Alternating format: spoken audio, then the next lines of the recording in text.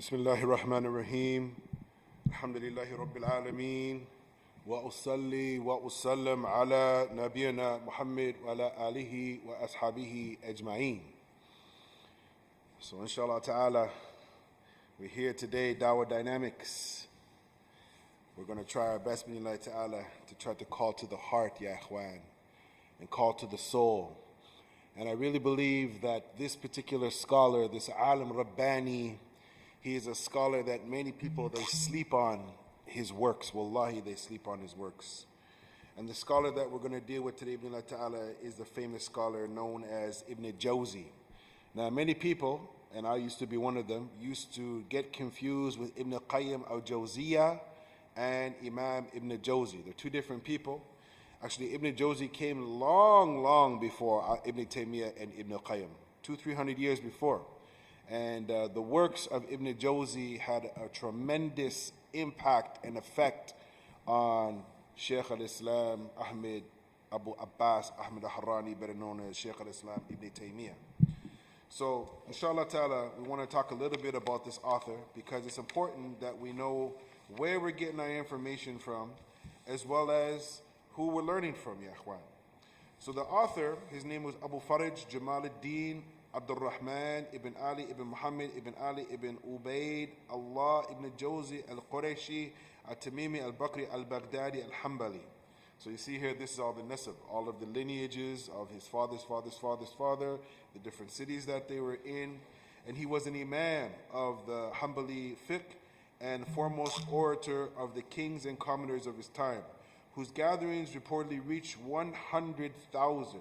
So when he would open his mouth in the city of Baghdad, more than 100,000 people would listen to him narrate narrations. He was a hadith master.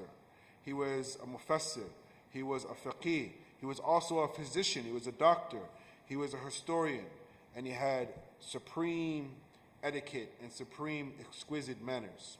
Ibn Jawzi was a prolific author of over 700 books. Now, different narrations that I read said he wrote 300 books, some 1,000 books. Needless to say, he wrote hundreds of books. He was the author of a vast number of works of which several have been printed in recent times. He was famous as a preacher and a traveler. Ibn Jubair gives him an account of 2 sermons heard in Baghdad. So many people, they don't actually, study where these different sheikhs from, but as we can see that many great scholars came from Iraq, and unfortunately Iraq is not what it used to be. In the early generations, we know that Ali radiallahu anh, he went out there, and many other great Sahaba, they settled out there, and then their students carried the dawah in Iraq, and we read some of those beautiful books, and we benefit from them immensely.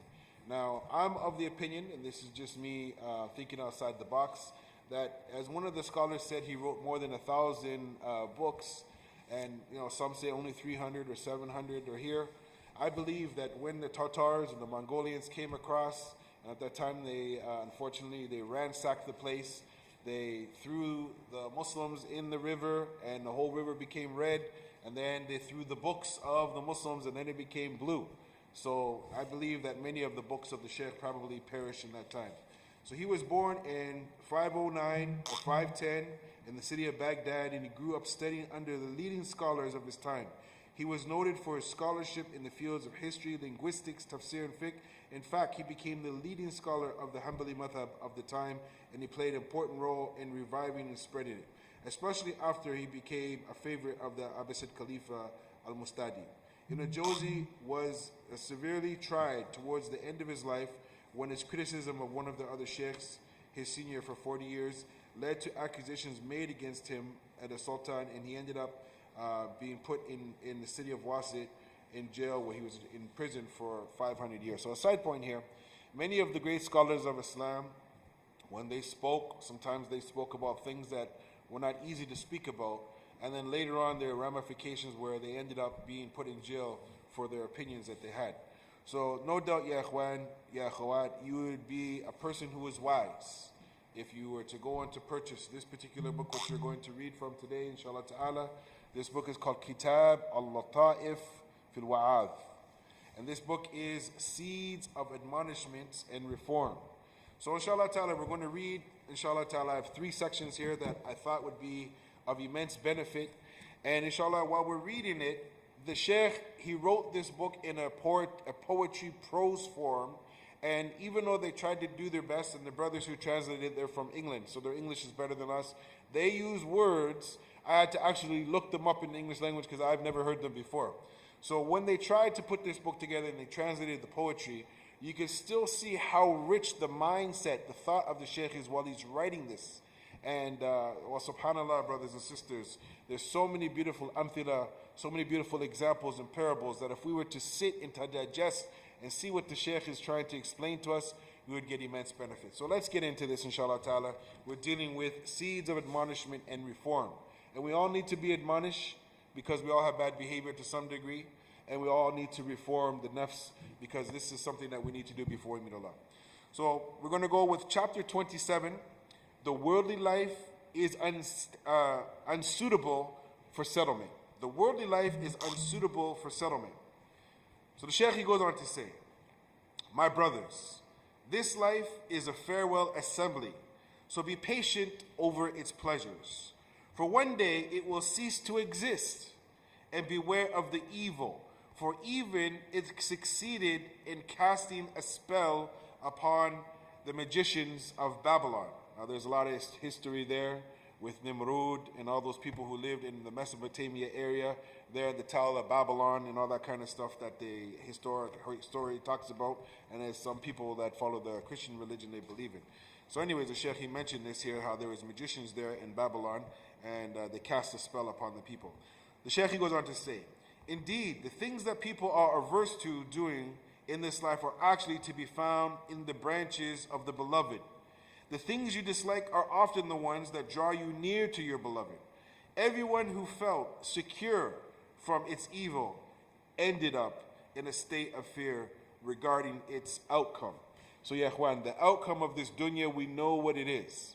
The perfect example that I can find is if you get a ripe, beautiful green banana, and you watch the banana go through its different process as it grew, and then towards the end as it shrinks down till it becomes a decrepit, garbage, horrible thing that even the goats and the dogs, they wouldn't even look at it. This is the dunya, ya ikhwan. And this is how our corpse will end up becoming. The Sheikh goes on to say, you have spent all your life seeking the pleasures of the dunya, and yet you have not gained from it any more than what the hand of Qais could gain from Layla. So there's a very famous story about a poet. He was madly in love. He was in a state of I'm trying to think of the word now. Infatuation, that's the word. He was totally infatuated with this beautiful Muslim girl named Layla. And he wrote this beautiful poetry about her. And the thing of it is, no matter how beautiful his poetry is, and it's in the history books, the scholars, they quote this story of Qais' love for Layla. He never got a chance to even talk to Layla. Layla was such on a high level than him. Maybe he wasn't courageous, but he wrote poetry talking about how much he loved Layla, how infatuated he was. And they never came together. So the Sheikh goes on to say that they never married or met, but their love remained only expressed in words. This example is used to show that a person will not achieve anything out of it, as Qais could not marry the one he loved. So he was infatuated with Layla and he never married her. So now the question comes now, maybe after he got married to her, maybe when he wrote some poetry like that, Allah knows best. As marriage will always test you. So Sheikh goes on to say, when you're in an assembly at which sermons, khutbah or khatira, religious reminders are given, you awake from the intoxication.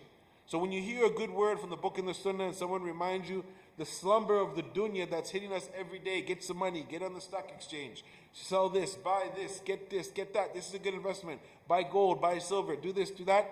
All of a sudden when you hear someone talking about the hereafter, you snap out of this intoxication, of the smother of the dunya.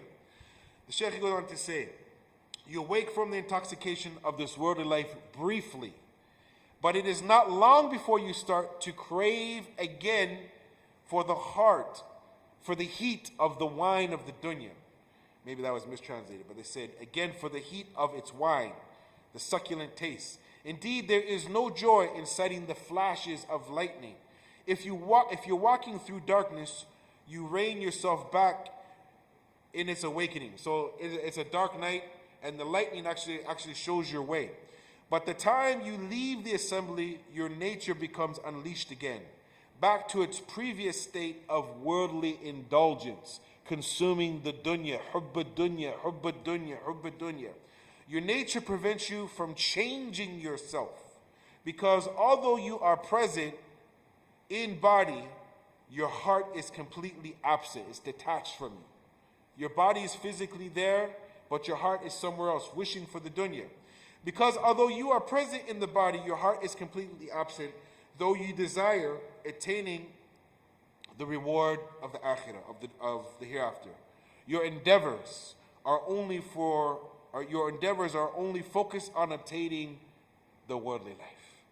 As many Muslims said, after Ramadan is done, we're going to go this place and we're going to go that place. We're going to go and get a takeout here. We're going to go visit this place. We're going to go here. There's even Muslims that I heard, and even non-Muslims saying that after this next 3 weeks, they're going to try to rent some nice cottage somewhere and get out of town. You know, which is not haram, but the whole point is we don't know if we're going to live past tomorrow or today. So the Sheikh goes on to say, the worldly life is a land unsuitable for settling down, hunkering in. It is only when the harvest has been reaped that it is taken to its place of its final settlement. Ya Ikhwan.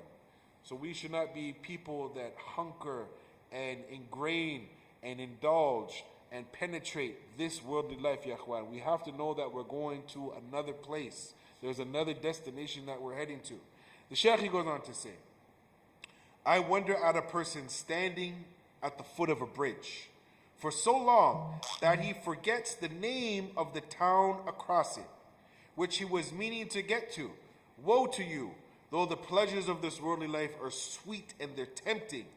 Know that the questioning over it will be strict and severe. So what you do in this dunya, the actions that you do, good or bad, you're going to be questioned, you're going to be accountable for it on the Yawm al-Qiyamah. The Sheikh goes on to say, the time at which a woman conceives is one of playfulness, but the actual hardship that awaits her is at the time of delivery. So the whole 9 months, she's very happy, mashallah, a nice baby's coming, she's feeling good about herself, but now when the time comes, when she has to deliver that heavy burden, that's when it becomes very tough. And that's not even raising the kid. That's a side point on Abu Shahadah's point. This life is like a promiscuous woman who does not settle for one man, who is sought after, or it is only shamed and condemned. So this dunya, ya ikhwan, it uses and abuses all of us. It takes us away from the remembrance of Allah Azza wa Jal. It keeps us away from our focus, ya ikhwan.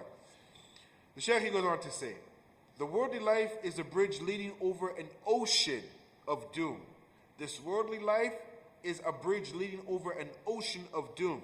So you had better be serious about learning to swim before passing it. That means you need to take your precautions and your preparations and be ready, because if you fall, you better know how to swim. Because if you can never be certain that you will not slip off it or encounter a storm that blows you off the bridge into the murky water. Thus, be wary of the despite, how safe you feel in it, and expected sorrow in spite of your contentment with it. So the point is, brothers and sisters, that we're living here now. Alhamdulillah, rent is paid. Alhamdulillah, we got gas in the car. MashaAllah, there's food in the fridge. MashaAllah, you don't know anybody any debts.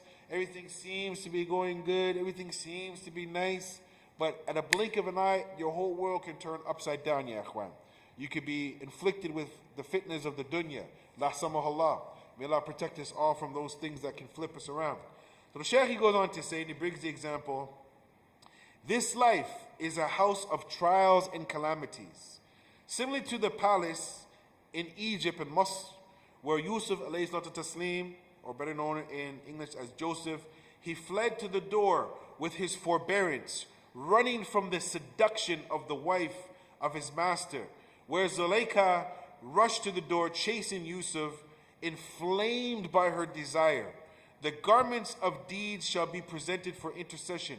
Therefore, those whose garments were torn from the front will express their woefulness, whereas those whose garments were torn from behind their intercession shall be saved for their time in need. So everybody knows the story of the Nabi Yusuf alayhi salatu taslim, where he grew up in the house of the Aziz, and the Aziz's wife was much younger and very beautiful, and they say that Prophet Yusuf alayhi salatu taslim, that he had half of the beauty of the dunya, such a beautiful, handsome man, that she was so infatuated with the love of him that she used to talk about him, and the other women used to mock her. So she said, okay, I have a trick, I have a plan, and she brought all these other high-powered women with lots of money, and they went in front, and when Yusuf came across, she gave them a pear or apple, I can't remember the fruit, and while he came across, they were cutting the pears, and they ended up cutting themselves because they were so astonished by his beauty. So the Sheikh, he goes on to say, as for the one who's running for the door, and his garment is ripped from the front, or is ripped from the back, is the expression of the man who came to the Aziz and said, well, if it's from the back, that means that she was after him, but if it was from the front, that means he was after her, meaning that he was the one trying to get her, or versus her being the one after him. So that's the similitude there. Showing you, ya ikhwan, that we have to run from this dunya. We have to try to run to the akhirah with the good deeds. So the Shaykh, he goes on to say, or O you who desire, cast him into the well of love for this worldly life. You should know that the caravan of fate brings you a message every night saying, is there anyone requesting anything so that I may fulfill him? So ya ikhwan, here we see that Prophet Yusuf, he was also thrown into the well, ya ikhwan. And it's something that Allah blessed him to get out of by Allah's permission. As a caravan came, picked him up, took him out of there. So the same thing, ya ikhwan. Is there anyone requesting anything so that I may fulfill it for him? As we know, Rabbul Izzah, he descends from the highest heaven, asking the servants, what is it that you need? As right now, that's what all of us are doing right now. During this last few days, we're all imploring and begging and asking Allah Azza wa Jal for all the things, from the forgiveness of Allah Azza wa Jal to the felicities of this dunya, and also salvation and getting to the akhirah. The Shaykh, he goes on to say, so ensure your attentiveness when this message tosses down to you the rope of salvation, salama ya ikhwan, and stand up at night on the feet of those. And Allah Ta'ala, he brings the ayah to sajda, tajafa junubahum anil madaji', their sides, they arise from their beds, meaning you're laying on your side, you wake up to worship your Lord, Tabarak Ta'ala. So the Shaykh, he also brings the other ayah, وَأَلْقِ مَا فِي يَمِينِكَ, throw that which is in the right hand. So we look, ya ikhwan. So the Shaykh, he goes on to say, so that you may climb out of the well of your desires, ya ikhwan, because the desires, it can put you in a state of purgatory, where you're down deep in the well and it's hard for you to get out. And I've been in situations like that, where there's certain things you have to fight, this dunya, certain desires that you want, certain things that you want, and you're put down in this deep, dark place. We have to try to fight it and get out of that well, our well of desires. So you see here, the Shaykh, he's given us all these beautiful parables to try to show us how this dunya is. He's elaborating and elucidating and making it colorful for us to imagine, ya ikhwan, how things are. He's not just a tremendous storyteller, but he's making us use the aql. And many times when the scholars, when they do stuff like this, they do this for taqreeb al-fahm, or they bring it for taqarb al-ma'na, to bring certain things close to the mind so we can kind of understand. So the Shaykh goes on to say, as quickly as possible, do not grasp at the walls of the well of desire, because it is built on loose dirt that will collapse over you. After you have rescued yourself by your determination of returning to Allah, beware of the beast on the road. So walk in the light of the lamp of certainty and conviction, and leave behind you the signpost veering you off of the right course towards the ways of desire. Because only after arriving at your destination in the morning shall you be able to breathe a sign of a life. So you're traveling, ya ikhwan, we're all traveling in this dunya, and there's so many different things that are there. Just because you're able to conquer one desire, maybe Allah will throw another desire in front of you as a test. It will be there for a test for you, ya ikhwan. And there's certainty and conviction. We have to realize that these things will happen, you know. And there's a course that we have to maintain. We have to stay on the course. We don't want to get lost in the sauce, as they say. And the destination in the morning shall be able to breathe a sign of relief. Meaning, ya ikhwan, that until we get our feet in the Jannah, there's no relief, ya ikhwan. We're still struggling. We're still striving. we're still fighting. We're still trying to get close to Allah. We're still on the path. We're still trying to be on the tariq. We're still trying to maintain our Islam. We're still trying to maintain our Iman. It's a difficult journey, ya ikhwan, but you must persist. So inshallah ta'ala, we're going to read now from another chapter here I've selected called, this is Working for the Hereafter. And this is chapter 10. And like I said, there's some words in here that they wrote, they translated. I had to look them up because people in North America, we don't use most of these words. So anyways, let's continue what the Sheikh said, working for the hereafter. The Sheikh went on to say, my brothers, turn down this worldly life, the dunya, for it has rejected those who were enamored by it. My brothers, turn down this worldly life, this dunya, for it has rejected those who were more enamored by it than you. So there were people that came before us that were more into the dunya. If you look at Pharaoh and the amount of money that he had, and then he had the guy named Qarun, who the keys of the treasures of Qarun, just for his treasures, and I assume that Pharaoh had more money than Qarun. He had strong teams of men just to carry the keys. So it shows you, Ikhwan, that there are some people that were into dunya more than us. And remember, the Sheikh, he wrote this book about 900 years ago. So the Sheikh, he goes on to say, take heed from the lessons of those who were before you. Take lessons from those who came before you. Take heed from the lessons of those who were before you, before you become a lesson. Take heed from the lessons of those before you, before you become a lesson for those who will come after you. This is profound. Subhanallah. We have to learn from the history of the people before the people who come after us learn from our history and our mistakes that we make. So the Shaykh, he goes on to say, this life is intoxicating and enrapturing. It is intoxicating, means it'll make you drunk, and it will just enrapture you. It'll cover you up. And the indwelling chance of mankind's nature inherently support it. Therefore, the lightheadedness of those who drink from it become stronger until the season of profit has passed them. By thereafter, they wake up from their unconsciousness only to prepare for the punishment. So this is the thing, in my culture, we have some sayings that were handed down from my ancestors. And, this is actually here quite interesting here. The people here, they're getting intoxicated and they're drinking and they're having a good time. But then later on, after the having the good time, the bustling time of being intoxicated, they realize all the mess that they've made. And, my grandma, she used to say, when we would act a fool, or anybody in the family would act a fool or act stupid, she used to say, don't get so drunk that you don't know we've been drinking too. Meaning that if you want to act a fool, we can act a fool too. So here, we find here that it becomes people until they wake up from this drunkenness and they see the mess that they've left behind, only to be prepared for the punishment. So after all the mess that we've created, there is some punishment. There's an awakening. Not only in this world, if you do something bad, as my sister was saying, that across the street from her house last night, some husband and wife got in a fight and the police came there. So they were both hauled off to jail. So there is a chance that you could be put in jail now and deal with the consequences now. But there's also consequences on the day of judgment, ya ikhwan. So the Sheikh says, to prepare for the punishment, the feelings of sorrow overwhelming them, though just as reality of all good, they have missed the opportunity of the hereafter. And it is sufficient lash upon them the fact that they grasp only after death. So not until people are in their deathbed that they realize that they wasted their life, ya ikhwan. That's such a powerful concept. That when you can't do nothing, like they're going to want to come back and do some good, as the ayah we know says. So the Shaykh, he goes on to say, woe to you. Death is like clouds. Death, it's like clouds, meaning it's encroaching on you. And the gray hair is raindrops.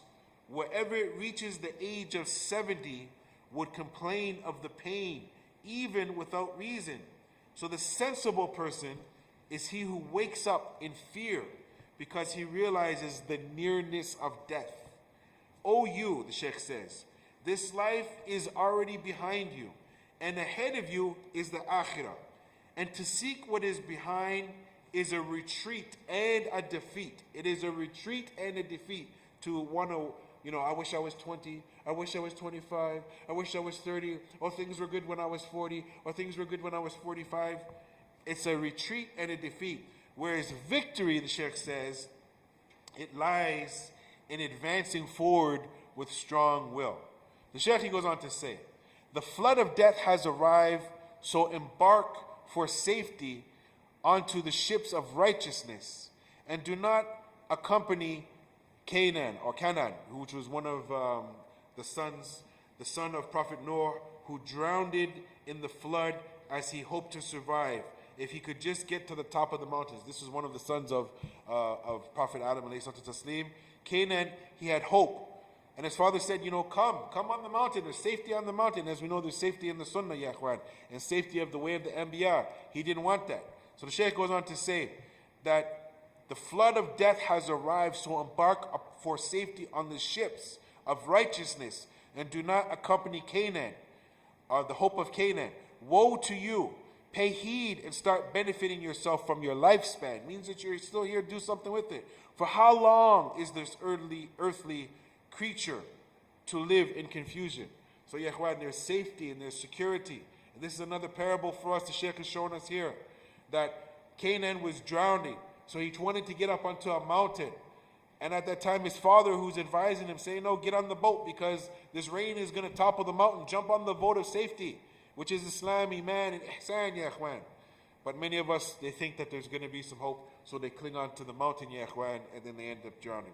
So the Shaykh, he goes on to say, the illness distresses the bodies, necessary causing emaciation, weakness, and you appear as if you are in your grave, lying down on the bed while you regret it. And by Allah, coarser than a rock, that said planted good deeds during the spring of your life before the onset of sterility afflicts the field that is your body, and amasses good deeds in your period of capability, settling them aside before the time of weakness and incapability arrives, ya ikhwan. Prepare your supplies, like we mentioned before, Zad Mu'ad. Prepare your supplies before traveling, so you do not suffer poverty during the journey, where there is no food to consume. Beware of being in a state where you will be among those whom Allah said that will say on the Day of Judgment, Bismillahirrahmanirrahim, An taqula nafsun ya hasrata ala ma faradtu fi jambillah. Lest your soul should say, oh, how great is my regret over what I neglected in regard to Allah. This is Surah Al-Zumar, chapter 39, verse 56. And Surah Al-Zumar, ya ikhwan, this is a side point my Sheikh used to say, that this is one of the most powerful surahs in the whole Quran. It is filled, jam-packed with information about Tawheed, ya ikhwan. You want to learn about Tawheed? Surah Al-Zumar is a good place to go and to read the tafsir. The Shaykh goes on to say, the wise and the determined is he who acquires his provisions of good deeds before the time of return to his Lord comes. The Shaykh goes on to say again, giving us another parable, ya ikhwan. The root of the tree of strong will and firmness is wise and has a perceptive thinking. Its branches are seeking the advice over problematic issues, and its fruit is taking advantage of available opportunities, and the loss of opportunity in itself is a sufficient cause for regret. Ya ikhwan. Who knows if we're going to be here next week? Who knows if we're going to be here next Ramadan, or 2 Ramadans from now, or 5 Ramadans from now, or 10 Ramadans from now, or 20 or 30 or 40 or whatever. We don't know, ya ikhwan. Ikhtanim fursa, seize the opportunity while you can. You have the opportunity right now to do a few good deeds, to get closer to Allah, to be people that aren't going to be regretful, ya ikhwan.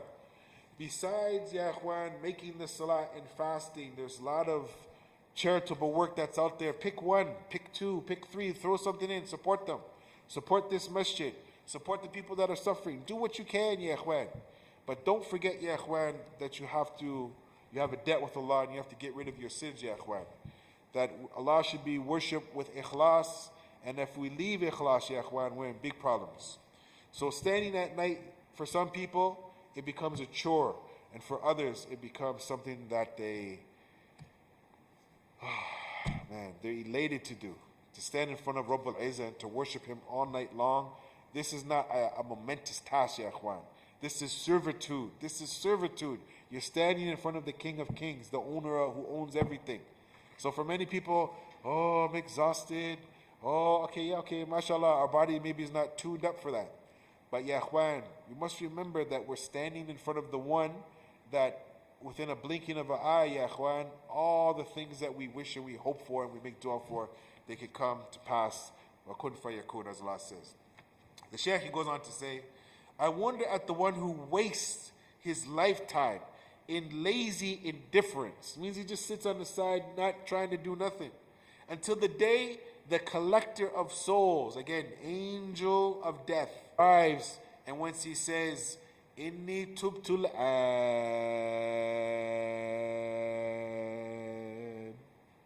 Indeed, I have repented now. Don't wait to make tawbah, ya ikhwan, when you see the angel of death coming towards you. Make tawbah now. That's what the Sheikh is saying.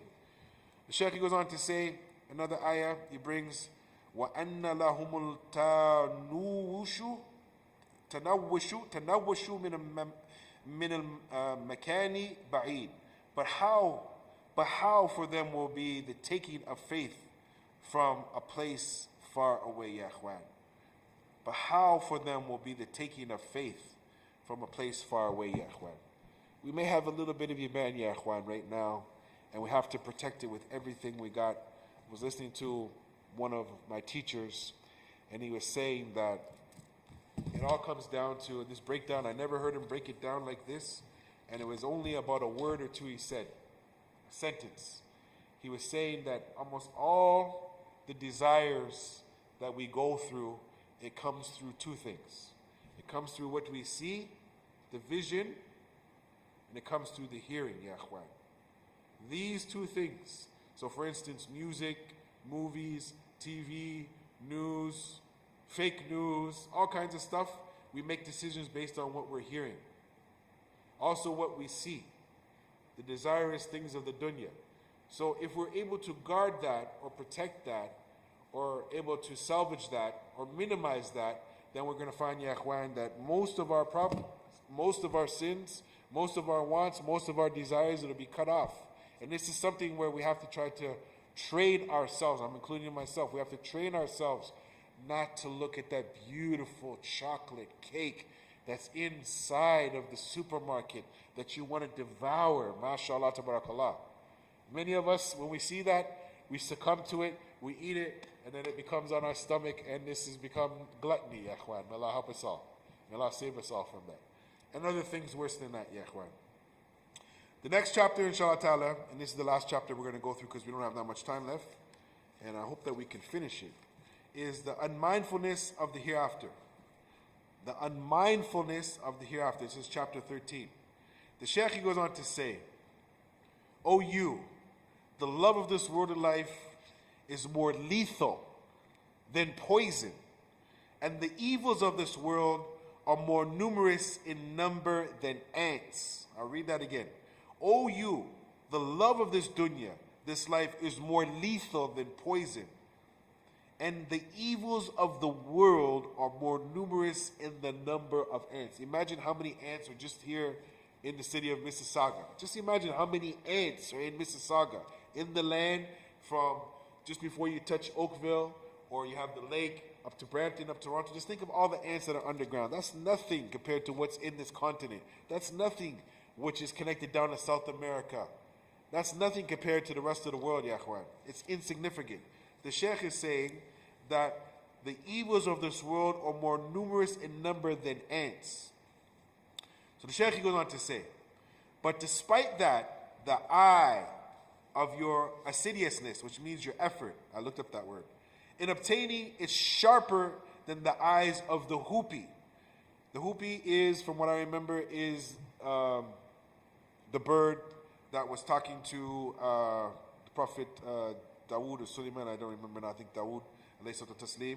And the belly of your hope, is thirstier to this worldly life than then sand is for water. So, ya ikhwan, when you put a drop of water into sand, the sand, it sucks it up really quick. So the Sheikh is saying that the belly of your hope is thirstier than the worldly life, than the sand is for water. The mouth of your gluttony, when it comes to the life, is more rapacious, and it means greedy. I hope I'm saying that right. Than that of the camels, meaning that the camels are going to try to gobble everything up. When you engage in this discourse, you are more eloquent than the Sahman. The Sahman here says, Sahman ibn Wali, he was a well-known eloquent speaker. So that you talking about the money you want to make and the things you want to do and all the economics you want to be in, that you're so eloquent and talking about your plan, the Sheikh is saying, preparing for it.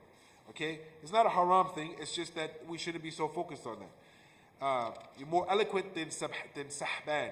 Whenever you scrutinize coins for counterfeit, so this person, if he's so much into the dunya that if you gave him a fake bill, and there's nothing wrong with this, he would be able to know the counterfeit from the real just like that, or the coins. Meaning that he knows this thing inside and out. He's so meticulous in knowing money of every detail. You give him a US dollar, he knows it's fake. You give him a British pound, he knows it's fake. He's so into money. You give him a yen, or you give him the strongest currency in the world, which many people don't know is the Kuwaiti dirham. Allah, give me some Kuwaiti dirhams, so I can go and make umrah one day. Inshallah ta'ala. So the Shaykh goes on to say, whenever you engage in the discourse about it, you're more eloquent than the Sahman. Whenever you scrutinize coins for counterfeit, you are more proficient than the Daghfal. Daghfal ibn Handala, he's a well-known person who knows the lineage of the lineages of the people. Means that he knows it in detail. The strategies you deploy to fulfill your desires are finer than hair. You are more organized than the honeybees when it comes to managing it. And you go through it for the most precious possessions, just like how ants collect the smallest of particles, meaning you're trying to hoard up everything of the dunya. Give me this and give me that, and I need this and I need that. You want to just gobble it up. You don't just want one mountain of gold, you want two. And then after you want two, you want three. There's no qana'a, ya akhwan, bottom line. The Shaykh, he goes on to say, O you whose idiocy, means that you're stupid, matches that of the silkworm. Truly, the Shaykh goes on to say, I wonder at you. Have you not benefited at all from the blessings of the intellect and reason, the aql, the labib, the one who is smart, ya ul albab, the reasoning? Your diligence for this worldly life after growing older is hotter than an ember. You're getting older in life, but yet you want to have all the good things and have all the nice things and everything. Well, you should be preparing for the hereafter. The Shaykh goes on to say, is there any more time to live? O you who are colder in your insensate. Insensate, it means that you're permanently unconscious. Your numbness than ice. Despite all of this, the worldly life is dearer to your heart than your own soul, ya akhwan. Meaning that you don't care where your soul is going to end up. Like as we discussed about a week or two ago, the different types of nafs. You don't care about which level you're on. Are you on the good level? You're on the medium level? Are you on the top level? You don't care. All you care about is collecting the dunya. The Shaykh goes on to say, even though after you die, you shall become more insignificant than even the ground below your feet. So the ground, we can still grow stuff in the ground. Yeah, akhwan. The ground, people can walk on it, animals can walk on it, but down underneath, after you're buried, outside of your children and the righteous that knew you, you know, most of the people, after a month or 2 or 3 months, 1 year, they totally forget about you. You know, and I can remember some members that used to attend this masjid. May Allah have mercy upon the rahmatullah alayhi. There was a brother who used to come here for Fajr, rahmatullah alayhi, Sheikh Sami. May Allah have mercy upon him and give him the highest place in the Jannah. I don't forget Sheikh Sami. Sheikh Sami was here sometimes 20, 30 minutes before the Fajr in the masjid. Because sometimes I would come here and I would see him here, sitting here, ya akhwan. May Allah have mercy upon him and open up the beautiful gates of the Jannah and put him in the highest ranks. I mean. The Shaykh, he goes on to say, when you are involved in evil, you are faster than a speeding stallion. When you want to go do some haram, you're there so quick. I have a story, but if I say the story, we won't be able to get the time, inshallah. When you are involved in evil, you are faster than a speeding stallion. But when it is concerning good charitable deeds, you are slower than a cripple, the Sheikh says. When you're ready to do haram, you're on the fastest smoking thing out of here, as they say in the States. You're on the first thing running. Whatever comes the way, going that way, bang, bing, boom, you're down the road. But when it comes to doing something good, man, you're like an old, dilapidated, crippled person. You can't barely move. The Sheikh goes on to say, your sins are more inglorious than the sun, while your repentance is more concealed than al-Saha. And al-Saha here in the footnotes is, al-Saha is name of a small, dim star. So instead of being a bright, shining object, you're the smallest, dimmest thing going. The Sheikh goes on to say, paying alms, sadaqah, and zakat is heavier on you than the mountain of Uhud. That to put $1 out of your pocket, man, it would be probably easier to drop the whole mountain of Uhud on you than for you to come out your pocket and give something for the sake of Allah. And praying is heavier as a boulder laid on your chest. For you to get up and make salah, and I've seen people that were born Muslim make every excuse under the sun. I've seen some of them. Oh, I don't have wudu. Okay, Akhi, go take a shower. Oh, I don't feel good right now. Akhi, make salat. We're all here praying together. I've seen people born in Islam not want to make the salat at all and come up with every excuse. Oh, I don't have wudu. Oh, I don't have tahara. Oh, my underwear is not clean. Oh, this, I don't have clean clothes. Like every excuse. I've seen it. Wallah musta'an. The Sheikh goes on to say, the road to the masjid in the scale of your laziness is like 2 farsakh. Farsakh here is an obsolete unit of distance, variable length, usually 3 miles. Okay, so the road to the masjid in the scale of your laziness is like almost 2-3 miles, distance of dar al-kab. Dar al-kab, it means, Arabic refers to the distance needed to pass the town of Dar al-kab, which was known as a difficult road. So the Sheikh goes on to say, although when talking about worldly affairs, your chest is more expansive. It's more expansive than the sea. When the time of worship comes, it becomes tighter than the knot of 90. And I know they had some kind of sign. I don't know how the Arabs did it, but they did some kind of sign. It says here, the Arabs used to make symbols by using the fingers of their hand to refer to numbers. The number 90 was given the shape resulting from the circle made by having the index touching the bottom thumb. So, meaning, ya ikhwan, that it's very difficult for you to do ibadah, and it's very easy for you to leave off the ibadah. So the Shaykh goes on to say, O you whose sleep is heavier than that of the leopard when it comes to the deliverance from the punishment. You have wasted time more precious than jewels. If you catch sight of a sin, you leap upon it like a tiger. But if you catch a glimpse of a good deed, you dodge it and evade it like a fox. So you can see the poetry and all of the amthila the Shaykh is using. When you interact with people, you are a treacherous wolf. While committing injustice, you boldly step forward like a lion, and you seize a trust just like a buzzard snatches its prey. You're just out there, ya ikhwan, like ransacker. You're like a qat'a tariq. You're just robbing and stealing and doing types, scamming and skimming and doing all types of evil things. And I know Muslims like that. The Shaykh goes on to say, oh, you have the oppression is greater than a Jalandi. And a Jalandi, we know who he is, ya ikhwan. A known Umani saying referring to the king who sees every good ship. This king is mentioned in the Quran in Surah Al-Kahf in the story of Musa and the pious slave. So this King Jalandi, he used to just anything that was coming down the river or the lake, he made sure he took all those boats away and he destroyed most of them. Even the deer of the haram would never trust you. Like in the sacred land of the haram, where you're not allowed to kill any animals because it's sacred land, that even that deer would be afraid of you because maybe you might kill it. That's how evil the people are. Would never trust you. So the Shaykh goes on to say, oh, you who are obsessed in this life, this world life, the exegetic of Kufa. And he goes on to say, this is used because the scholars of Kufa were known of their scholarship in the field of fiqh. When it comes to seeking the hereafter, I wonder at the heart that is weaker than a fly, yet more rigid than a rock. It is a heart that finds the poetry of Qais unimpressive, the exhortations of Al-Hasan. He goes on to say, Al-Hasan ibn Ali, Al-Hasan al-Yasir al-Basri, a free slave of Zayd ibn Thabit, an example of aesthetic, meaning he denounced the dunya, scholars of one of the great characteristics of the Tabi'in, Ayyub as-Sakhtiyani said about him, had you seen him, you would have said that you have never sat with a scholar of jurisprudence on his level. So you find, ya ikhwan, that even the powerful words of Al-Hasan al-Basri couldn't move you, ya ikhwan. Your heart is unmovable.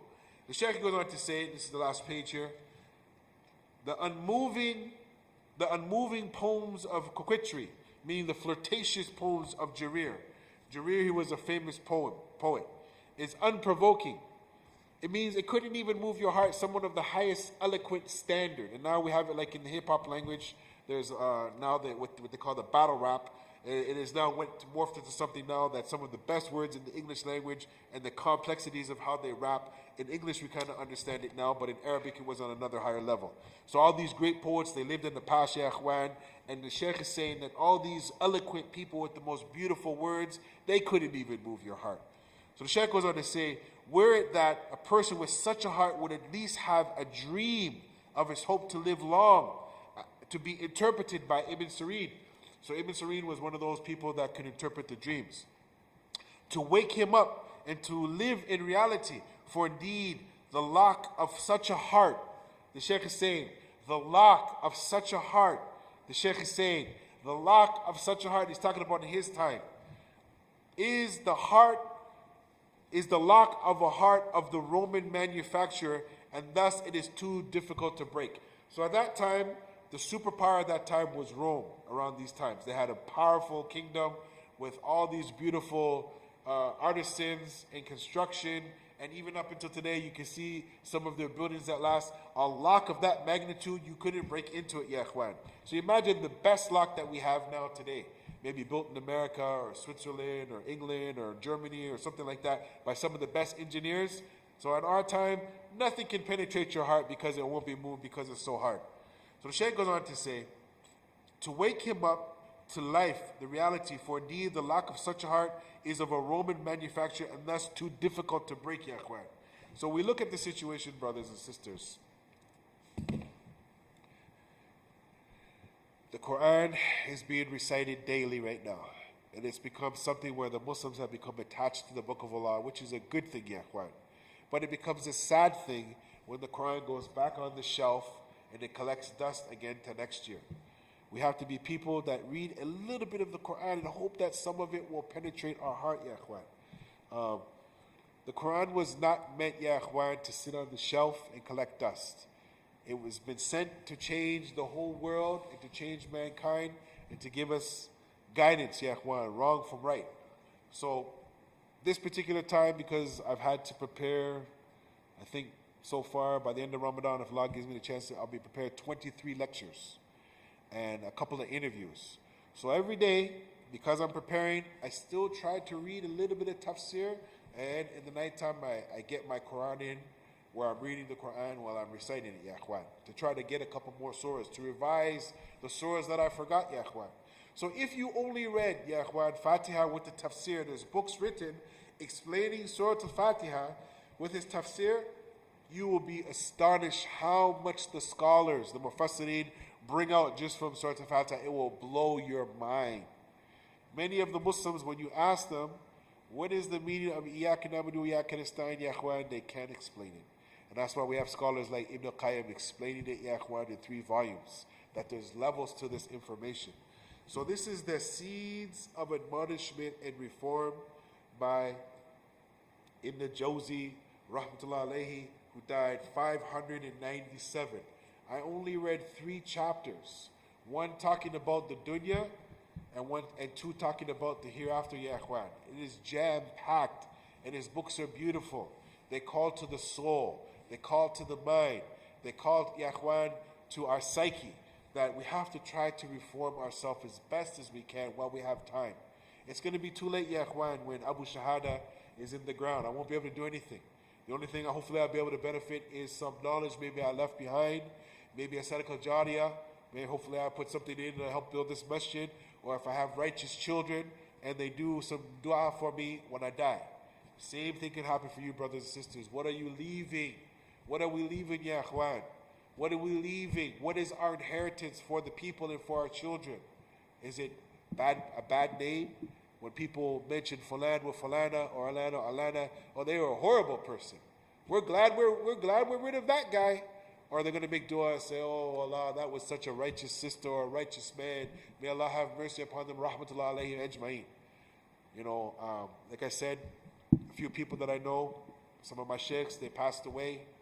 And, you know, tears came out of the eye because of the love that we had for these people. Now you must remember, I came from these streets, and some of these people, they called my heart to reform, ya akhwan, as the Sheikh has done. And with that, may Allah help us to reform ourselves. Wa akhira da'wana, walhamdulillahi rabbil alameen. As our time is up, assalamu alaikum wa rahmatullah. May Allah purify us all. Ameen. Barakallah.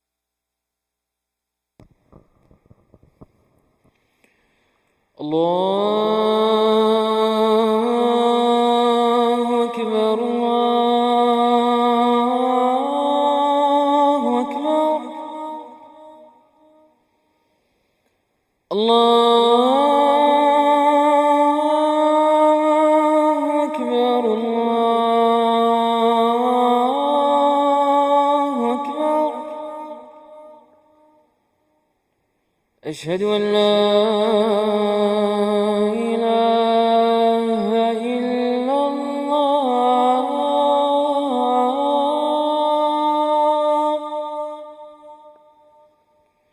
أشهد أن لا إله إلا الله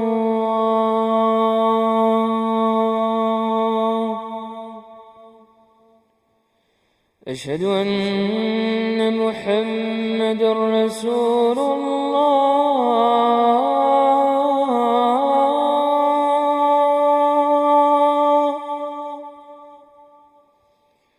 أشهد أن محمد رسول الله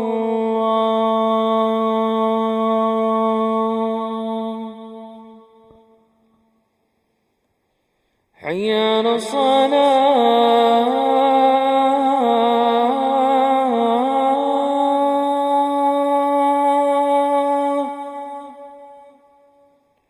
حي على الصلاة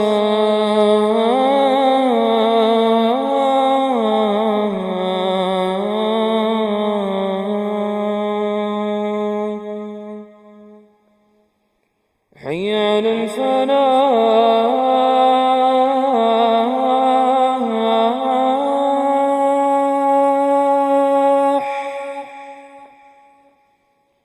حي على الفلاح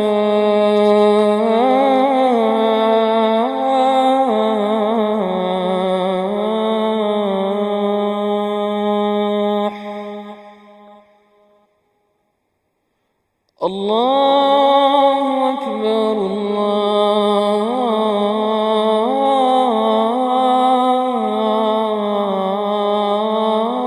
الله أكبر لا